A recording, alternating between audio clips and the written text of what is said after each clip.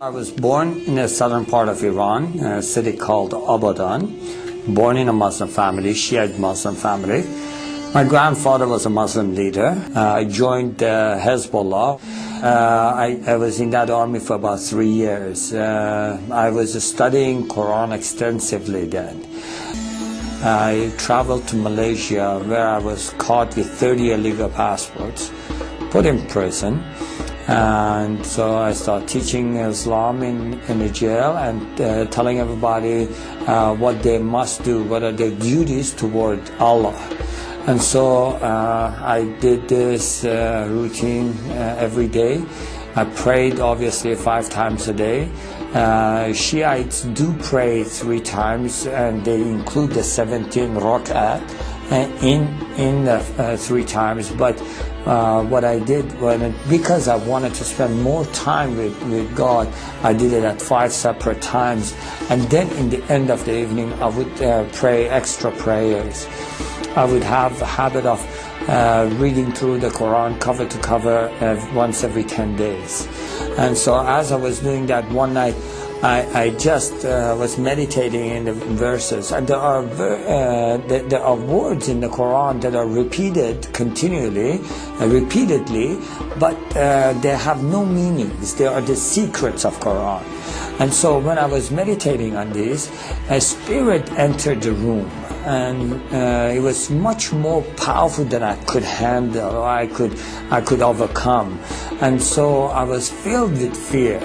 And so I tried using all the tools Islam had given me. In the name of Allah, I command you to leave, Satan, I rebuke you, kind of things. And I used all those, and nothing was helping. At that moment, I was totally desperate, and I felt like it is choking me, choking the life out of me, and I felt like I'm dying in that cell.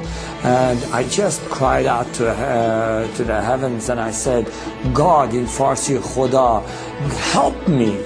And immediately I heard a voice, just as clear as you hear my voice today, saying, bring the name of Jesus. And at that moment, I really seriously did not give it 1 second of thought. I feel like going back, I was drowning. A man that is drowning, you throw a rope, they would never question you about the color of the rope. And just grab on. And so I did. I said, Jesus, if you are true, show me yourself. And to this day, I have no idea. Obviously, going back, I'm thinking, why did you word it that way? Why didn't you just say, Jesus, help me? I don't know why, but that's the way it came out. And before I was finished with the sentence, everything was back to normal. Now, that was not my conversion. That was the beginning of my confusion. Why would Jesus help a Muslim? Now, I had done everything in my power to be a good Muslim. I had already tried to go and commit myself to in the way of Allah and be a martyr for Him, walking on the mines. And so the government of Iran used to issue the people that are fadai, or the ones that are willing to give themselves, to sacrifice themselves, a special Quran that had the stamp of the government. I had participated in the executions by hanging. I had done everything that I thought I must do against the infidels, and anything and everything I must do to share Allah with others. So I knew that something is wrong, and that was not because I doubted Allah or doubted Islam or anything. I fully believed, and I didn't know what that is, and it just confused me. And so I tried to just forget about it, But that question, why would Jesus help a Muslim? Why would Jesus help a Muslim? That would just keep coming at me. I believe in Muhammad, the last prophet, I would think, in the perfect religion. Why would Jesus come to help helped me. And so that 2 weeks period, I just got really confused, and I said, okay, I'm going to pray and fast and ask God himself to show me the path. Obviously, I thought at that moment, and there are verses and things taught in the Quran that says the ways of Allah are many, and no matter what part and what part of the mountain you climb, you always come to the same mountain top. And I thought, maybe that is what God is, you know. And then, no, maybe it is different for God. Maybe God has a specific way for me, and he wants me to follow that specific way. So I thought, I will never find out unless I ask this question. So I did. I prayed and fasted, and from the bottom of my heart, with all my strength, I asked, God, what is it that you want me to do? What way is it that you want me to follow? And so for 2 weeks, I sat in one place and I prayed as many hours as I was awake, and I fasted as many hours as I was awake, and I would just fall asleep literally on that place. I would wake up and I would just pray again and again, asking God, what is the way you want me? After 2 weeks, to no avail, I had no answer. And I really got frustrated. I just thought, forget it, you know, what is this? I have no chance of finding out what he wants. I don't even know if God exists. And I have wasted all my life. I have been afraid all my life, you know, trying to do everything that would please Allah. And now he confuses me. If Allah is all great and he sees the heart, he knew in my heart I love him.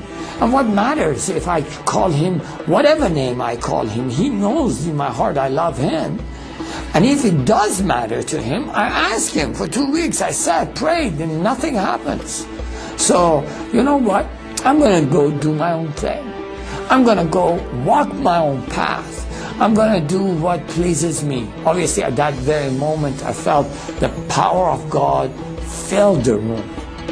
Now, in Islam, the greatest sin you can commit, and you can never be forgiven for that, is doubting God himself, doubting his teachings, doubting his prophet. And I had done that.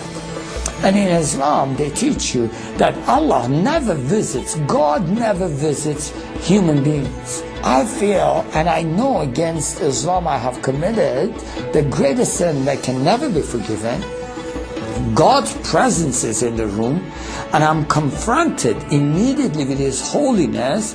All this is happening simultaneously, and I'm confronted with his holiness, which puts this weight of sin upon me.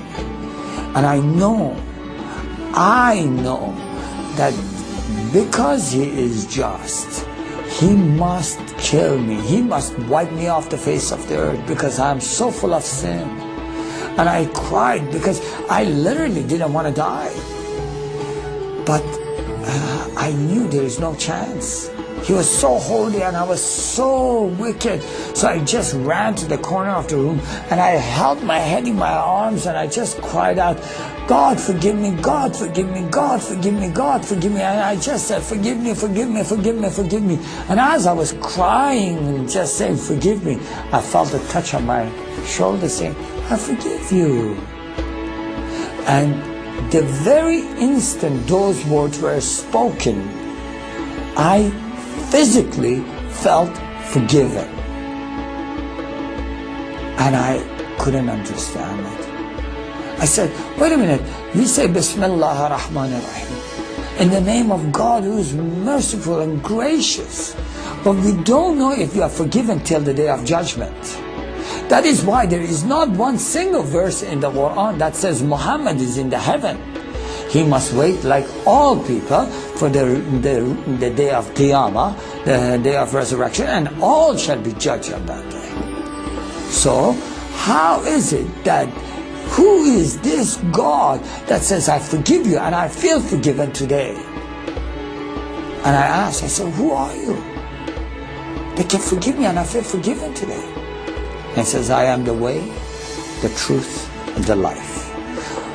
The moment I heard those words, I knew it's of a great importance, but I had absolutely no idea what that meant. I still had no clue who this God is. So I asked him, what is your name? Jesus Christ, the living God, he answered. And the moment he spoke those words, it was as if every single bone was taken out of my body, and I just fell on my face to the ground, and I started weeping in the presence of God. I just wept. I still can't. This 18 years have gone by, but I still can't forget His love, His mercy, and all the. I can't forget what is for me that day. And He just said, I forgive you. I felt forgiven.